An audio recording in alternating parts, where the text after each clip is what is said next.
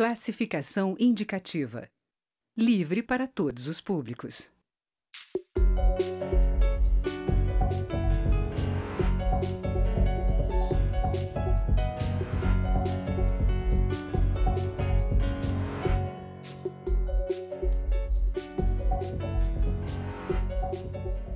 Olá! O presidente Temer voltou a investir na aprovação da reforma da Previdência. Além de antecipar a reforma ministerial, tem investido ele mesmo em conversas diretas com a base parlamentar para convencê-la a votar uma proposta mais enxuta. Como a avaliação do Planalto é que na primeira tentativa de aprovar as mudanças, o governo perdeu a briga no convencimento da opinião pública, mesmo antes da apresentação do novo texto, TV e rádio já começaram a campanha publicitária para convencer a população de que todos vão ganhar com as mudanças. A reforma é só uma das medidas em busca de equilíbrio fiscal. Elas incluem também adiar reajustes salariais de servidores públicos e aumentar a alíquota previdenciária do funcionalismo. O Câmara Debate da Rádio TV Câmara vai discutir essas mudanças com os deputados Chico Alencar, do PSOL do Rio de Janeiro, e Darcísio Peronde, do PMDB do Rio Grande do Sul. Deputado Darcísio Peronde, o senhor que é da base do governo, como é que o senhor está sentindo a base, as condições aqui no Congresso de aprovação de uma proposta de reforma da Previdência nesse momento? Saudação para você, Vânia, né? Sim. Vânia, meu companheiro Chico. Sexto mandato, né, Chico? Nós estamos juntos aqui, exagero. não tem mais. Quarto e último. Eu estou no sexto. Não, você tem que continuar. Né? Os telespectadores, uma alegria estar aqui. Sim, nós estamos animados. Essa é uma reforma, é a principal de todas as reformas, é a mais difícil. Né? Ela é essencial para os aposentados que estão trabalhando, os aposentados atuais, para os próximos aposentados. Tá? É o maior gasto do governo hoje, é a área previdenciária. Tá? O governo, nós teríamos aprovado já a reforma há uns 4 meses atrás, mas houve aquela aliança Janot-Wesley, né, que para mim foi uma das razões que o Janot se precipitou em perdoar o Wesley, exatamente para trancar a reforma da Previdência. Tá? E conseguiu. E nós votamos só na comissão. E um grupo de parlamentares continuou trabalhando com os consultores uma proposta alternativa se fosse necessário. Tá? E agora chegou o momento, né? Tem data marcada, mais ou menos 5, 6, 7 de dezembro, para nós votarmos. Tá? Ela ficou realmente melhor para votar. Eu acho que os deputados todos terão dificuldades para dizer não, né, e facilidades para dizer sim no que foi mudado. Tá? Mas a razão principal da reforma da Previdência, a principal não é a fiscal. Tem uma antes, que é a ciência demográfica. Tá? O mundo inteiro já o fez, porque já as famílias estão fazendo menos filho, então baixa natalidade, tá? E bendita longevidade. Tá? As pessoas estão vivendo muito, e é um sistema de repartição, O mundo já fez isso.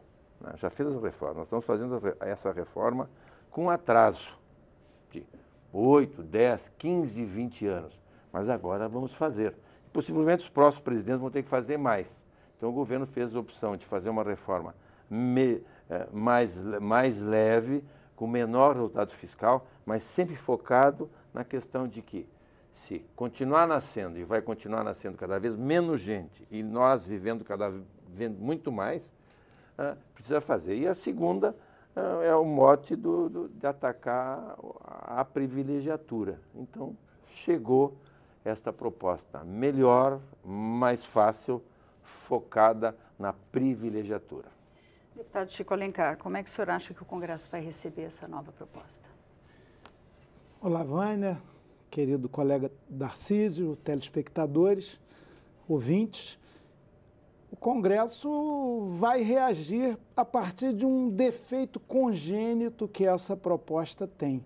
ela não foi, dentro das regras democráticas, colocada para o escrutínio, a reflexão e a decisão da população no momento adequado, que é na campanha eleitoral. Temer era vice da Dilma, aliás, da aliança PT-PMDB, que deu no que deu. Naquele momento, nem mesmo Aécio Neves, que era o outro polo que foi para o segundo turno, colocava uma mudança nas regras previdenciárias do porte daquela que a proposta do atual governo trouxe inicialmente. A reação foi imensa e o projeto foi desidratando. Eu considero, ao contrário do deputado Darcísio, que a reforma prioritária no Brasil seria a tributária. A questão do Brasil, mais do que do gasto, e claro, tem que ter qualidade do gasto público, é a questão da arrecadação. No Brasil há muitos privilégios no sistema tributário, mas essa está ali adormecida, fica em segundo plano. Então, mesmo muito desidratada, quando você coloca, por exemplo, a idade, que é um elemento que de fato provoca reflexões no mundo inteiro, graças à melhoria das condições de vida, pelo menos em alguma parte do mundo, e a longevidade que cresce, inclusive no Brasil. Mas o problema é quando se começa a trabalhar. Uma questão, eu não diria que a questão da Previdência é demográfica, mas sim social e democrática. Tem muito defeito congênito, um cálculo atuarial fidedigno, os recursos da Previdência que advém da Seguridade Social, e não é só a contribuição previdenciária de trabalhadores e empregadores, mas é também COFINS, bom, tem vários recursos aí que são historicamente desviados, mal cuidados, mal administrados. Então, há essa carência e isso vai ser sempre um problema. Você veja, o governo pretendeu fazer um jantar de 300 talheres para deputados. Você só chega aos 300 talheres se considerar garfo e faca, 2 para cada deputado. Pelo que li, Darcísio deve ter estado lá, claro. Tinha o quê? 180 deputados? Muito aquém do número para uma mudança constitucional. Então, eu, se fosse o governo, não ficaria com esse otimismo. E a campanha publicitária, rádio, TV, que não é informação coisa nenhuma, como disse o Michel Temer, é mais para encantar a população. Não é tão ruim assim. Aliás, estou com requerimento de informações para saber desses gastos, que são poderosos em horários nobres de TV, rádios de grande audiência, para dizer que o que se propõe é uma maravilha para o trabalhador. Pelo menos as maldades iniciais mais agudas, de fato, parece que subiram no telhado, sobre o trabalhador rural, sobre o benefício de prestação continuada, mas reforma para valer não se faz assim. Alheia à população, ao bom debate, à lista dos grandes devedores e à cobrança desses débitos, tudo isso ficou escamoteado. Então, quem tem um defeito congênito, em geral, não consegue superar e ganhar a saúde plena. Portanto, acho que não passa nem 5, 6 e 7 de dezembro, nem 15, ainda tem que ir para o Senado depois. O governo viu que o mercado, que não devia ser o governante das nossas ações políticas, reagiu mal quando Temer reconheceu, após escapar da segunda possibilidade e necessidade, digo eu, de investigação, ele reconheceu que reforma da Previdência, como eles propõem, não vai prosperar. E isso repercutiu no mercado, a Bolsa caiu, esse poder invisível do capital financeirizado. Aí resolveu retomar, é mais discurso do que efetividade. Deputado Darcísio, uma das questões que tem se discutido aí é que o governo poderia abrir mão do tal do ajuste fiscal, do que a gente tem chamado de ajuste fiscal, que são diversas medidas, em troca da reforma da Previdência. Seria o fato, abrir mão desse congelamento dos reajustes do funcionalismo, liberar mais recursos da Lei Candir, para que a base, para que os deputados se sentissem mais à vontade para votar essa reforma. O senhor acredita que isso é possível? Não, haverá muita negociação. Esse é um governo democrático. Acho que não houve na história do Brasil um governo que mais ouviu o parlamento, trabalhou com sua base, e a base respondeu em todas as reformas, Essa é a mais difícil, sim, e a base exige mais explicação. Tanto é que a base trabalhou e eu fico contente que o meu professor, Chico Alencar, ele que anunciou as duas principais melhoras na proposta. Fico feliz. Redução de danos. Porque eu anunciaria e ele anunciou. Então, que bom, já chegou na cabeça dos deputados da oposição. Tá? Que eu ia anunciar e ele anunciou, se antecipou a mim, meus cumprimentos. Tá? Ele anunciou, que eu líder do governo, vice-líder iria anunciar, ele anunciou, cumprimento-o, que os idosos ficaram completamente fora. O benefício de prestação continuada. Há problemas no benefício, mas o governo analisou, o ótimo é inimigo do bom, ele sabe, ele vive negociando com a gente aqui dentro, parlamentando para convergir. Tá? O governo tirou, então a Alô Idosos ficou fora todo o LOAS, vai ficar 60 e 65, tá? A idade de tempo de contribuição seria 25, voltou para 15 anos, tá? Também voltou para 15 anos, quem se aposenta por idade ou por insuficiência. Então, idosos ficou como está hoje. Tá? O que mais que ele anunciou? Tá? Os agricultores. Não haverá reforma da Previdência na área rural. Tá? Ficará como está hoje, mulher 55, homem 60, tá? E não haverá contribuição, continuará fundo rural. Tá? O governo recuou, porque essa é uma reforma com uma resposta muito prolongada, porque o buraco é grande e tinha conflitos de deputados para votar. Nós tiramos isso. O resultado não seria imediato fiscal. Tá? A idade mínima, que é consagrada no mundo inteiro pela longevidade, pela demografia, tá? Que nós estamos fazendo. Tá? O Brasil daqui a 10 anos vai ser um país muito velho, ainda é jovem, mais uns 5, 6 anos, 8 anos é jovem, então vai ter mais massa trabalhadora para trabalhar, para pagar os aposentados, depois não vai ter, então vai ser 55, 57 e em 20 anos que vai chegar na idade mínima de 62 e 65, em 20 anos, e só vai começar isso, toda essa reforma vai começar só em 2020. Então, mexendo aí. E do outro lado, o meu espaço pode ir para outro espaço. E aí a gente volta daqui a pouquinho. A gente volta com o deputado Chico Alencar. Até daqui a pouco.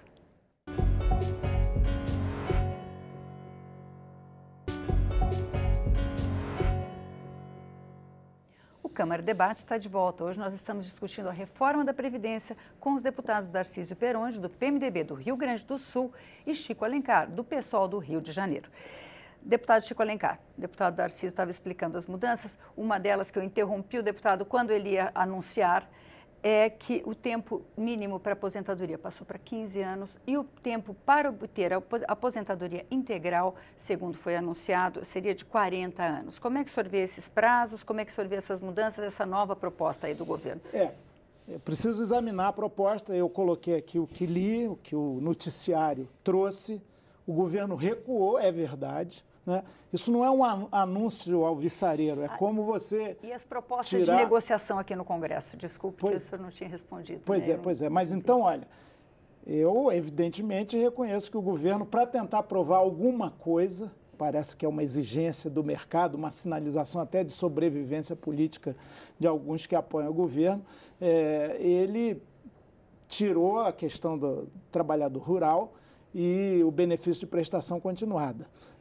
Os 15 anos de contribuição são os anos que vigoram hoje, né? Então, houve uma redução de alguns danos. Entretanto, insisto, para repensar o sistema previdenciário no Brasil, que ainda é para os mais pobres o melhor sistema de distribuição de renda e tirar, inclusive, eventuais distorções que ele possa ter, é preciso um debate com a sociedade, é preciso colocar com clareza os números, o mistério do déficit da Previdência, que há um imenso debate quanto a isso.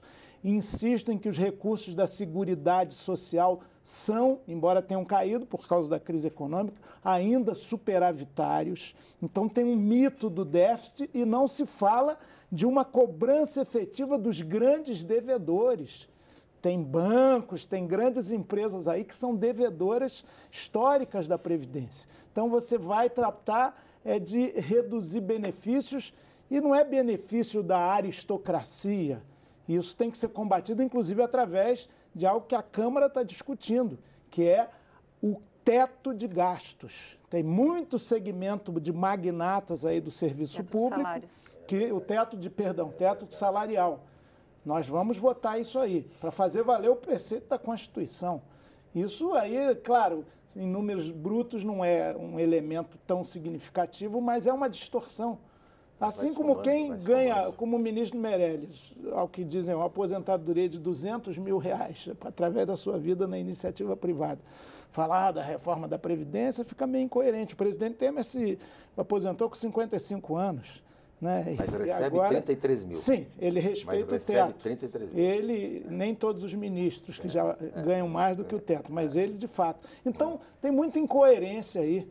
Eu já tenho tempo de aposentadoria, não acho justo, recebendo a remuneração como deputado, de pedir minha aposentadoria na UFRJ. Seria uma demasia, mesmo sem atingir o teto na soma. Então, a gente tem que fazer uma discussão séria, profunda, e entendo que agora, e esse governo, ele dialoga muito com a base parlamentar, mas a base é muito fisiológica, trabalha muito com cargo aqui, liberação de emenda ali. Se essa reforma, como proclama o governo na sua campanha publicitária milionária, é tão essencial para o país, os parlamentares deviam ter espírito público e não ficar nessa de, eu só voto se me atender na diretoria regional do órgão tal ou qual. Isso é caminho para a corrupção também. Isso é histórico no Brasil, esse fisiologismo, esse modus operandi, essa negociação vira negociata muito facilmente. Não é o debate de ideias e de propostas e o convencimento, mas é o toma lá da cá, que parece que é inerente a esse governo e atinge, se a gente olhar bem, na história recente do Brasil, ou na história brasileira republicana, todos os governos. O toma lá da cá, o fisiologismo, a pequena política que se torna grande. Agora, você vê, o governo vai botar o que dizem também, vai, não vai, volta, não volta. O deputado Marum, defensor intransigente de Eduardo Cunha, tropa de choque, para ser o chefe da articulação política, porque o Embaçaí, talvez porque tem ainda punhos de renda de social-democracia, não está atendendo a voracidade dessa base. Pelo que leio, é isso. O Baldi, que teve financiamento de Carlinhos Cachoeira e tal, nosso colega aqui virou ministro também. O governo consegue ser pior do que já é, do ponto de vista da boa prática política. Portanto, e mesmo assim não vai conseguir passar essa mal chamada reforma. O senhor concorda, ele levantou um montão de questões. Primeiro, do ministro Baldi, é um industrial, família industrial, depois assumiu o grupo industrial da empresa. Sob investigação. E não teve isso que ele disse. Segundo lugar, o déficit, a própria Anfib, o ano passado, este ano em relação ao ano passado, conseguiu, mesmo com análise falha, admitiu um buraco em torno de 80 bilhões de reais o ano passado. O TCU confirmou o déficit nos últimos anos. As prestações de conta dos governos, inclusive petistas, que eu e ele votamos, tá? Apontavam os déficits. Eu e ele votamos. A prestação de conta que apontava os déficits. O IFO, Instituto Fiscal do Senado, que é independente, aponta, e a consultoria da Câmara aponta, e os órgãos do governo apontam o déficit. Então, essa do déficit, o papo mentiroso da Anfib, que ela teve que reconhecer timidamente. Essa previdência, ela diminuiu por negociações. esse governo é um governo que dialoga mesmo. O governo que, em algumas épocas, a oposição que ele fez parte da base anterior, trabalhou muito com o mensalão e com o petrolão. Esse governo, para montar o seu governo, ouvindo os partidos e ouvindo os deputados, nós criamos uma lei das estatais, quando o partido ou o deputado indica um diretor de banco, o diretor de uma área, ele tem que ter no mínimo 10 anos de experiência, curso superior. Tem deputados ainda que não entenderam isso, que votaram e não sabiam o que votaram. Então melhorou muito essa questão. Houve um avanço, não é mais terra arrasada como o deputado. Ele sabe, talvez ele tenha esquecido, mas esse é um governo que agora vai pegar os altos salários. O maior programa de transferência de renda que existe no mundo é no Brasil. Todo mundo deve ter pensado neste momento que eu fiquei em silêncio, que é Bolsa Família. Não é. Estudos do IPEA, confirmados pelo Banco Mundial, de 2001 a 2015, 1 trilhão de reais e 268 bilhões saíram do Tesouro Nacional para cobrir o buraco da Previdência Pública Federal. Não estou falando da estadual, que é outro desespero. Olha o Rio de Janeiro. 1 trilhão para 2 milhões de aposentados e pensionistas, que é um outro escândalo. 1 trilhão. Este ano vai ser 100 bilhões. E, para o ouvinte comparar, o SUS gastou neste período, o governo federal gastou nesse período 1 bilhão e 200 para 200 milhões de brasileiros na saúde. O MEC gastou 900 bilhões nesse período. Na área urbana, que tem aposentadorias precoces na área urbana também, o governo jogou 500 bilhões, ele subsidiou para tapar o buraco. Esse dinheiro está fazendo falta para o doente, para o desempregado, para o motorista que quer uma gasolina mais barata, para o cientista que quer incentivo para a ciência, para o jovem, para o cidadão, para o idoso, remédio, né, que o governo teve que tirar do Tesouro e transferir para os salários nossos deputados, dos nossos consultores, dos juízes, dos promotores, dos procuradores, dos fiscais da Receita que se entrincheiram lá. Quero fazer um registro. Todos os aposentados privilegiados que o governo agora está enfrentando, se aposentaram com leis existentes. Este governo, com esta base, governo corajoso, com fé, com confiança, com foco, está terminando estes privilégios. Por isso que essa reforma agora está voltando bem para os pobres, que haverá mais dinheiro para todas estas necessidades. Por isso que eu acho que até o próprio Chico vai ter que refletir muito, que se não votar, vai estar votando com os altos salários de agora e do futuro. Acho que o Chico vai ter uma angústia na hora de votar, Chico, tu vai ter uma angústia. 30 segundos, só para a gente poder encerrar. Claro, 30 segundos para um debate que se abriu aqui, intensíssimo, começo, de 3 horas pelo menos, são muito insuficientes. Eu quero dizer o seguinte, nós temos que reformar esse país de cabo a rabo, uma reforma do Estado, uma reforma profunda, substantiva, voltado para o bem comum e para a opção preferencial pelos mais pobres desse país, que continua sendo um país absolutamente injusto. A defasagem entre os poucos muito ricos e a grande massa empobrecida, que está empobrecendo mais, é imensa. E isso significa, de novo, prioridade para a reforma tributária que está esquecida. Entendimento do que se propõe para essa Previdência é algo que, na verdade, parte de uma concepção. Vamos jogar quem puder para a Previdência privada e sobra aquele mínimo para a Previdência, o Sistema Geral de Previdência Social. Tanto que Marcelo Caetano, que é o representante da Previdência, que foi transferida e alocada, não por acaso, no Ministério da Fazenda, sob o nome de reduzir o número de ministérios, que continua enorme, ele ouviu muitas agências financeiras, bancos, e no finalzinho é que se reuniu com representantes de trabalhadores. Não é verdade. A agenda dele não é verdade. A agenda dele comprova não, isso. Senhor, nós falamos estou sendo verdadeiro e mostrei para ele numa audiência e ele não negou. A agenda dele era privilegiar os bancos, as instituições financeiras que estão de olho na previdência privada.